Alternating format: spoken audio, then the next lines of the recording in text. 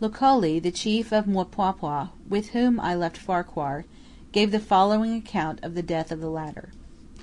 The white man seemed to be improving after you left him, until the 5th day, when attempting to rise and walk out of his tent, he fell back. From that minute he got worse and worse, and in the afternoon he died, like one going to sleep. His legs and abdomen had swollen considerably, and something, I think, broke within him when he fell, for he cried out like a man who was very much hurt, and his servant said, "The master says he is dying." We had him carried out under a large tree, and after covering him with leaves, there left him.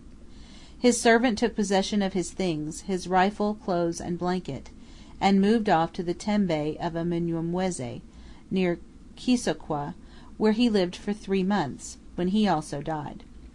Before he died he sold his master's rifle to an Arab going to Unyanyembe for 10 doti, 40 yards of cloth. That is all I know about it. He subsequently showed me the hollow into which the dead body of Farquhar was thrown, but I could not find a vestige of his bones, though we looked sharply about that we might make a decent grave for them.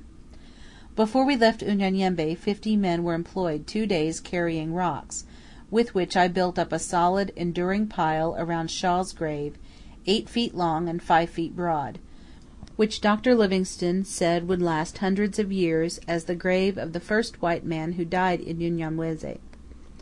But though we could not discover any remains of the unfortunate Farquhar, we collected a large quantity of stones, and managed to raise a mound near the banks of the stream to commemorate the spot where his body was laid.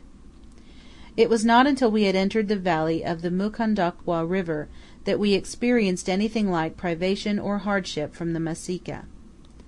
Here the torrents thundered and roared; the river was a mighty brown flood, sweeping downward with an almost resistless flow. The banks were brimful, and broad nullahs were full of water, and the fields were inundated, and still the rain came surging down in a shower, that warned us of what we might expect during our transit of the sea coast region. Still we urged our steps onward like men to whom every moment was precious, as if a deluge was overtaking us.